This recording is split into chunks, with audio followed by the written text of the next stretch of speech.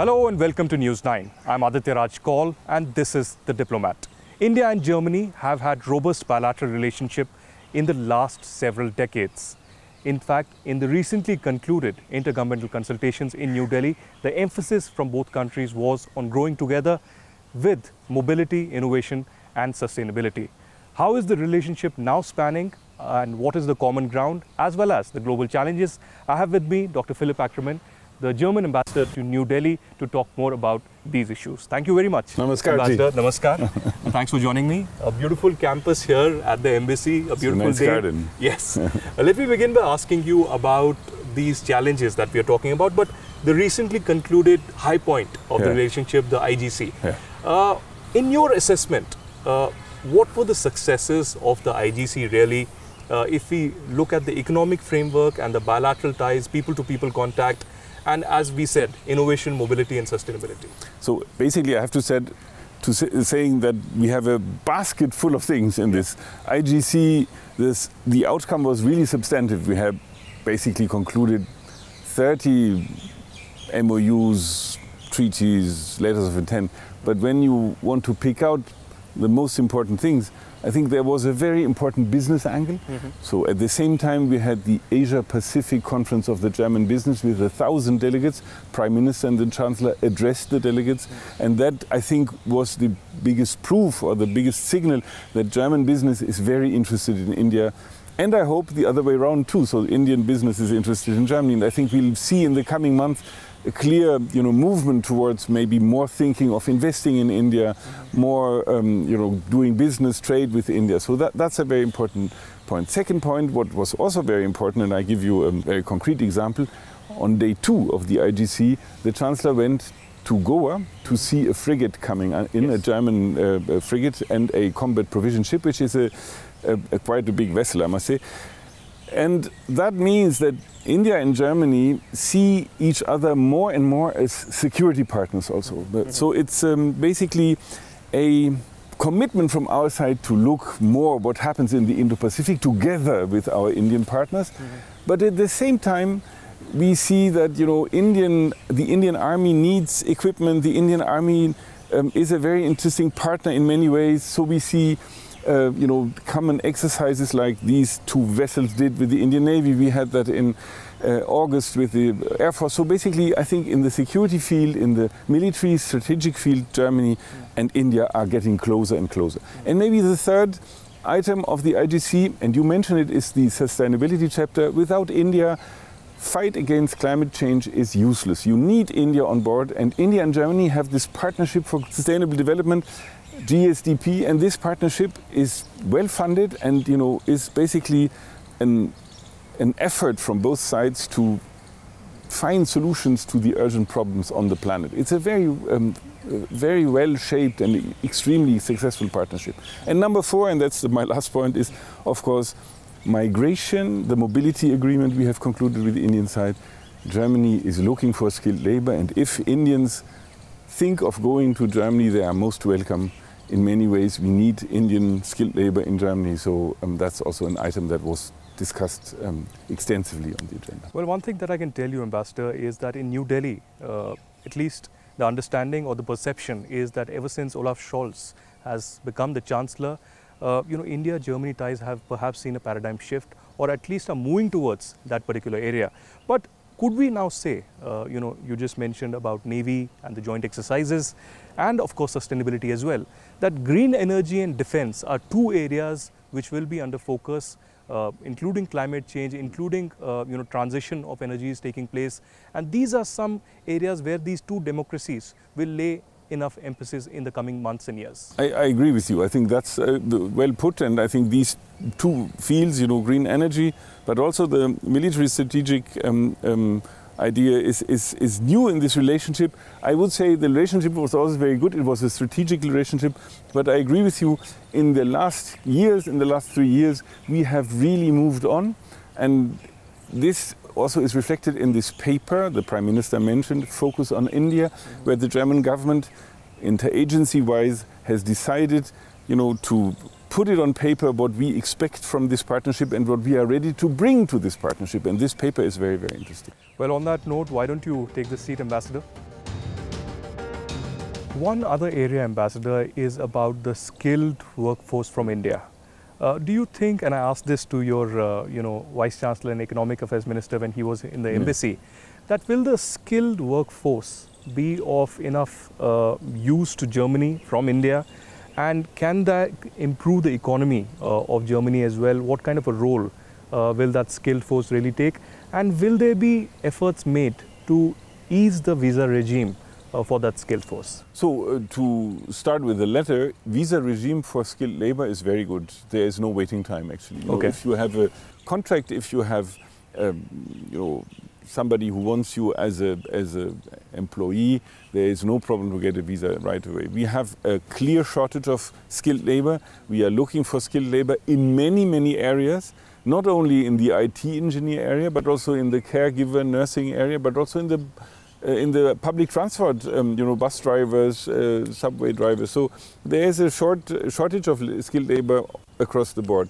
Germany has adopted a law that is maybe the most liberal immigration law in the West, and we want to fill the vacancies with people from all over. I think India is a very interesting country because we have concluded the mobility agreement with the Indian government. Indian government is extremely helpful in many ways, and Indian government and Germany, we will together try to shape this migration in a way that it is fair and legal. We have seen some agencies coming up with Indian states who are very forthcoming, very intelligent. So basically what we see is if the Indians want to go abroad and want to come to Germany, they are most welcome, and we are trying to set up a system with the Indian government, also with some private agencies that works well. Well, you spoke about the most liberal visa regimes right now when it comes to the workforce. Another area is tourism, where of course a lot of Indians go to Germany, and yes, there are quite a few Germans also coming to India, people in fact from all across Europe. Earlier we saw visas taking time, but do you think with the recent announcements that have happened in the last perhaps 8 to 10 months, there is ease within the visitors, travelers, especially in the areas of people-to-people contact and tourism? I can be very firm in saying that we have really improved our visa issuing system. When you look now, basically the time depends on the visa centers across the country, the VFS centers across the country. The time to get an appointment is between 5 days and 4 weeks. So that's good, and I think it's acceptable.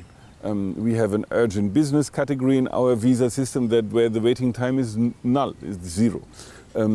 It is true that when it comes to the summer and Indians start traveling, then we have mostly a problem of visa issuing, because all of a sudden everybody wants to get a visa. We issue about 200,000 visa a year, and we increase this number by 15% every year. So we see a growing number of visa, and we have to cope with this 15% because Indians are most welcome.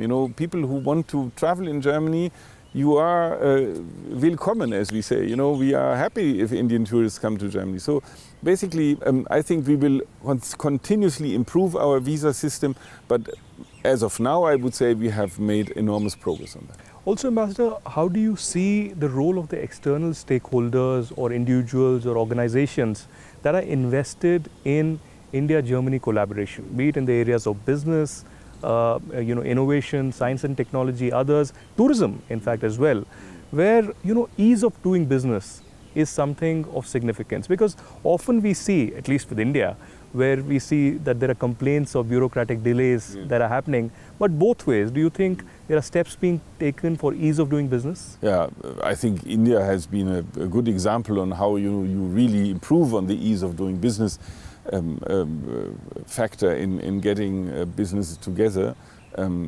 We have to learn our lessons also. Bureaucracy in Germany is still heavy, and we have, for example, when we talked about skilled labor, but also when people want to send engineers to Germany to learn or something like that. It's a heavy bureaucratic process, and we have to become better in this heavy bureaucratic process. But I want to tell you one thing, which I think is important. India and Germany are very developed democracies. And one thing that makes democracies as ours unique is that many things that are good and important happen outside the government. You know, it's not only government, it's also outside the government. And when we see the context we have, for example, in the field of renewable energies, when we see the contact we have when it comes to academia, there is a lot of things going on which is outside G2G, and that makes our relations so broad and so varied and differentiated. I'm very happy about that. How about, I've asked you before this, about education and, areas of research and joint collaborations between the two countries. Was that also one of the areas that was discussed in the recent meetings? Yes, of course. We had a jubilee. We had 50 years of Indo-German scientific cooperation. And that was celebrated with the Minister of DST and our Minister for Higher Education. They had an event to celebrate it. And, the biggest proof of this fabulous cooperation is the fact that we have 50,000 Indian students in Germany right now. So 50,000 students from India are studying at German universities. And that means by far the biggest non-German group in German universities is Indian now. And the number is growing. We have also an increase by 10 to 20% a year. Also interesting, Indian students are very welcome. German universities have made excellent experiences with them, and they are really trying to get more Indian students to their schools, because they are very diligent and extremely laborious students, ambitious and dedicated. So that's an interesting phenomenon. The Indian diaspora in Germany will grow over the years, and that's I think also because of this scientific cooperation. Yeah. Another aspect is from New Delhi as well, the emphasis on startups and on startup, especially when it comes to clean energy, when it comes to robotics, artificial intelligence. How significant is that collaboration? Very significant. And again, we have formats where startups from Germany meet startups from India and, go beyond Delhi. It's also important. Not only the capital counts, you have to go elsewhere. Bangalore, Hyderabad, Chennai are startups hubs where things really happen. And we have a very, very dense network of startup cooperation on the, grassroots level, and that's very successful so far. I also want to ask you about your own experience being in India. Now it's been some time. Apart from the insane weather that really is in Delhi. It's very pleasant today, you have to say that. It's pleasant today, of course, but there are times, trying times sometimes. How's been the experience like, not just in Delhi, but elsewhere all across the country? You've been traveling, interacting with people from different shades of life, languages, cultures, and also about different kinds of food. How's the experience really been like? So I would say, on a general note, India never stops surprising people. Wherever you go, you discover a completely new world, and that is something which I find fascinating, and I'm very much in love with, I must say. Wherever I go, I discover a new world when it comes to culture, language, food. You mentioned food. The sights, the nature, the biodiversity, everywhere you go, whether you are in Arunachal or you go to Kerala, whether you are in Goa or you go to Odisha. I mean, this is really, really very varied. I have the privilege to travel a lot. I must say this is one of the nicest parts of my job, this traveling, meeting the state governments, meeting stakeholders in the states, but also seeing projects of the Green and Sustainable Development Partnership, interacting with the media, interacting with universities. It's very, very rewarding. And I think India in this context is completely unique, because you go from one place to the other and you feel it's a different world, but still the same. It's very, very special. So for me, India is a I'm completely smitten by India, and this is the second time I'm here, so that shows that I'm really an India fan, and so I have concluded my second year now. I hope I have another 2 to go.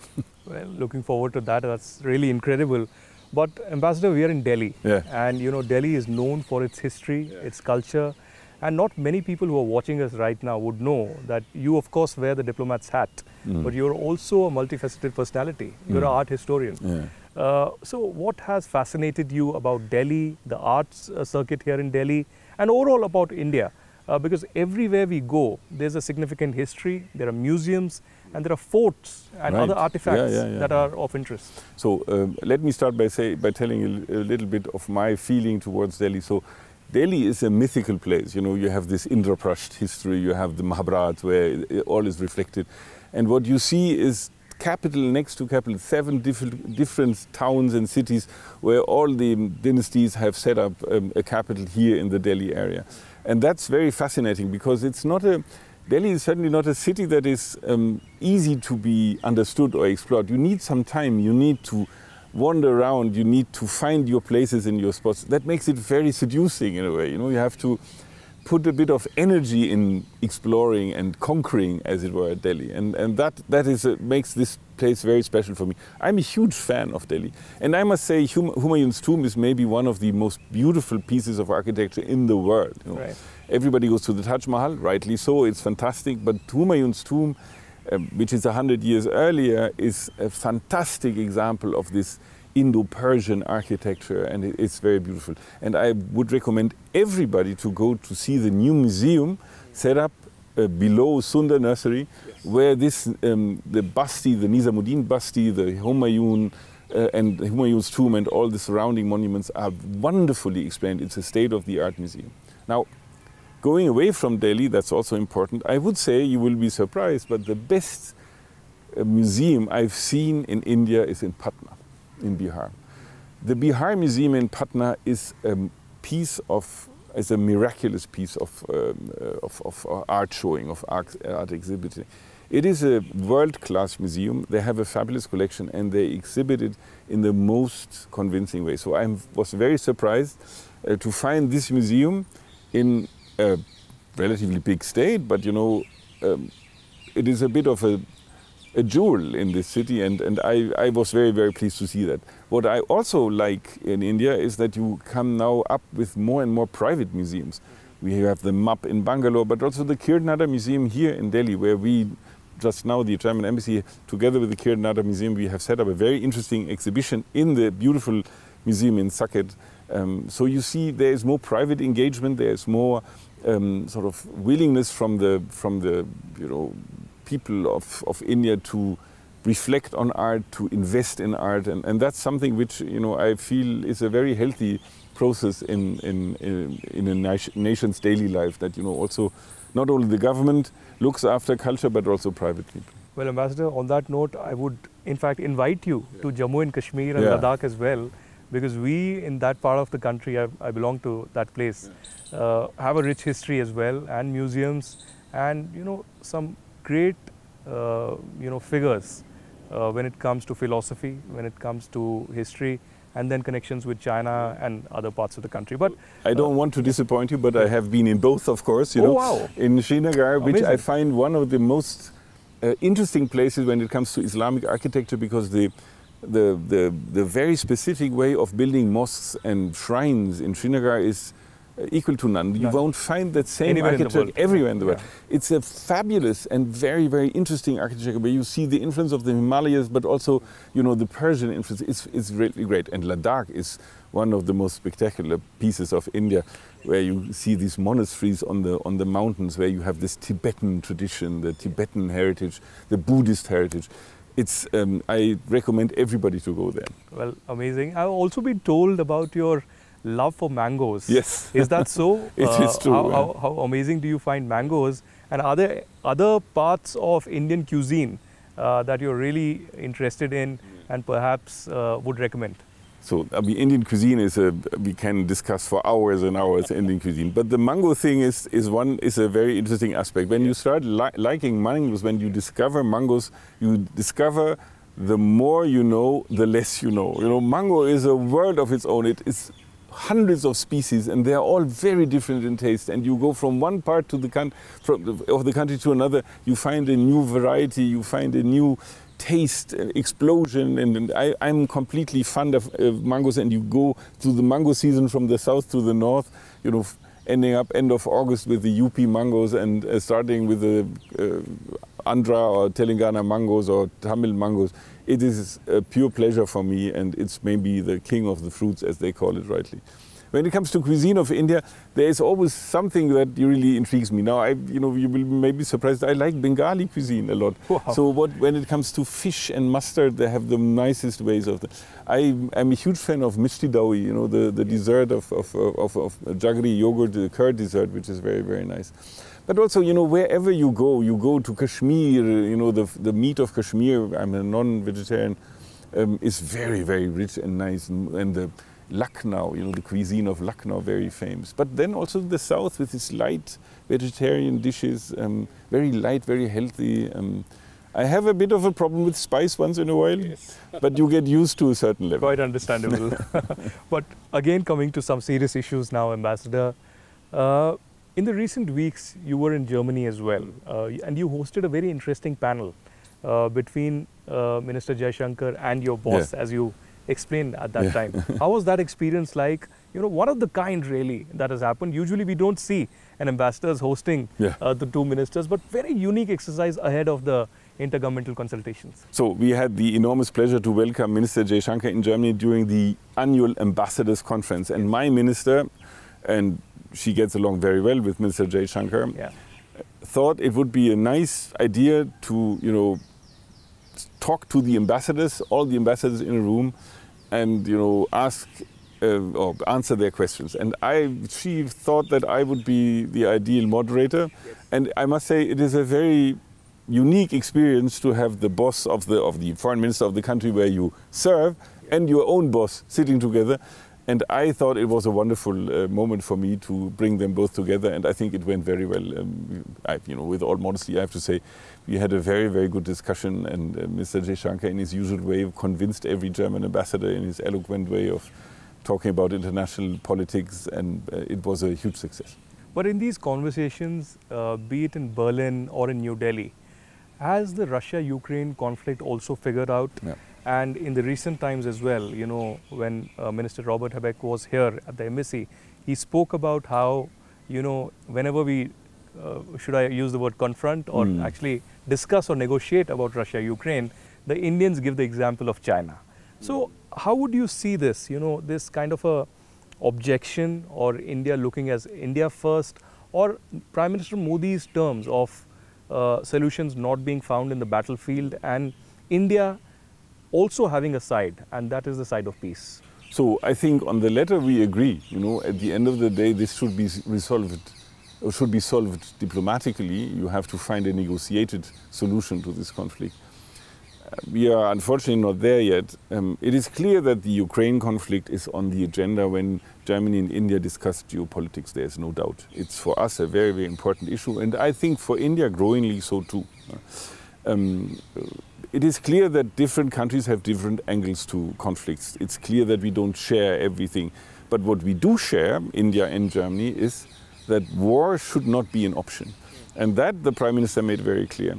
He was very, very adamant, saying that India is, as you said, on the side of peace. We want diplomacy and not weapons, to speak.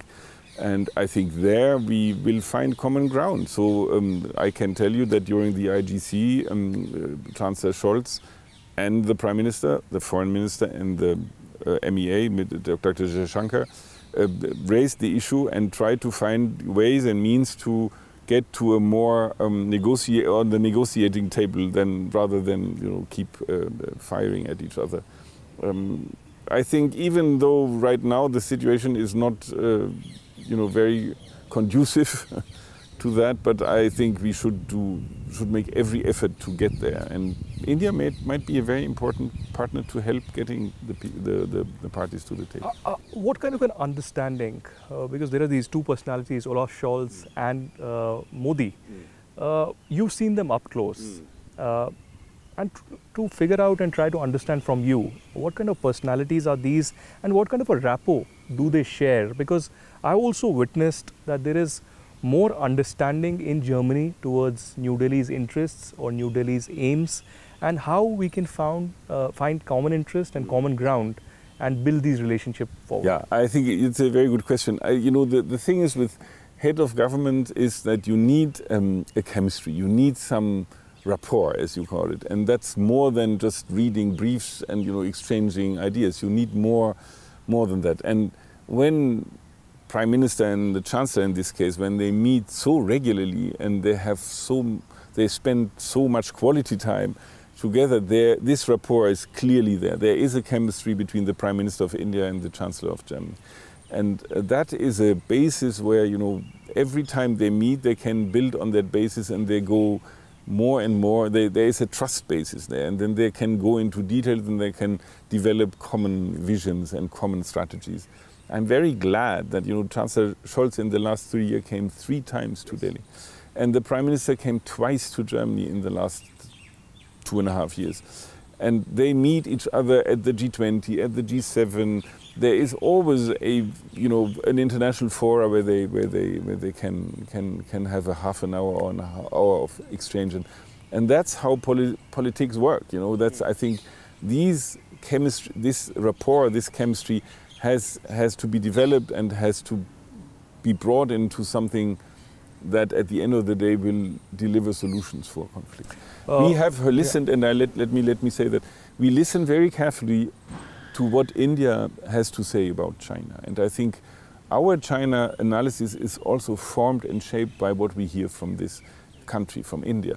And that is also a consequence of this regular exchange of views. Since you spoke about solutions and China in the same sentence, I want to ask you, Ambassador, about the recent disengagement between India and China. How do you see this? But do you also see that there is a threat to the rules-based order and the Indo-Pacific that continues and that needs jointness within democracies? Because in this joint statement also, we didn't see China directly, but indirectly we did see mention of Indo-Pacific. So I think, first of all, we listen, as I said, very carefully to what India has to say about China. You know China very well. It's your neighbor to the north, and there is a very, very impressive China expertise in India.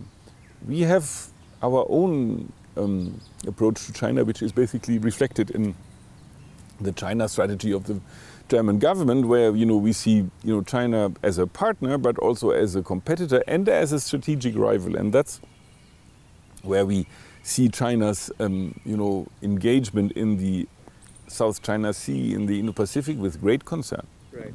Great concern. We see China as an expansive power, and we see India as a partner in keeping the global rules-based order in these areas up. And I think that's why we engage ourselves in the Indo-Pacific now so clearly. So I've followed very thoroughly what happened with the patrolling agreement and what happened in Kazan when Prime Minister met the Chinese president. I think in a general way it is better to talk than not to talk, and therefore this might be a start of a more direct and a more concrete way of exchanging points of view and views, and maybe also finding solutions to some outstanding problems, and there are a lot of them, as you know. So I would say from a diplomat's point of view, it's maybe good to start this dialogue, but I see at the same time also India's concerns when it comes to China. You mentioned Kazan. Do you see BRICS or the BRICS Plus as a counter, as some kind of a confrontational force, at least when it comes to economy and global governance, when it comes to Western multilateralism? Yeah, I would say, there is no limit for international fora. If people want to sit together, good, I mean, there's nothing to say against it. When you look at the substance of Kazan, I think it's not very convincing. It's a very big group of people, big group of people, but also a group of countries and states, and they are very, very different. So basically Iran and Brazil, or Saudi and Indonesia or something. I mean, there's really, they are very, very different in many, many ways and approaches. So I think the bigger such a group is, if you want substance, you have to be really, really sitting down for a long time. So it's all fine, but look at what comes out of these meetings. All right. Finally, my last question to you, Ambassador. We have discussed the brass tacks. We've discussed a gamut of, challenges and also successes in this relationship. What will be the key areas now that you say you have 2 more years here? Hopefully. What would, be the top focus areas for you And how would you want the Indian people and perhaps the Indian diaspora in Germany as well remember your tenure in New Delhi as? So let me say, I'm a civil servant. I'm just here to lead an embassy and represent the German government. We rotate very quickly. People will have forgotten very quickly. So, but let me say what I see as the focus on our work now. And I think you mentioned it at the beginning. We will focus on the sustainability aspect, green energy, hydrogen, smart city initiatives and this and the likes, and we will listen very carefully to what India has to say and what India develops also outside the government, the startup scene you mentioned. Then the second thing, I think we have to work closer in the security field. When it comes to defense production, when it comes to engagement in the Indo-Pacific, when it comes to common exercises, that's something where we'll have a lot still to do, and there is a room for improvement, I would say. We have started, but that's certainly one of the main areas we'll pursue here. Then third is business. We want to see business from both sides, German business in India, but Indian business in Germany also. And the fourth is that what we say, what we talked about, namely the skilled migration labor. This will be, I think, a very important part of our jobs now, to get those from India who feel that Germany might be an option for their career, for their future, to Germany in a fair and legal manner. And I'm very glad that the Indian government is a good partner in that. Well, let's hope that partnership continues on a positive note, and there is much more to achieve in the next many months and years. Thank you very much. I have no doubt. Thank you very much. For joining us. Thank you.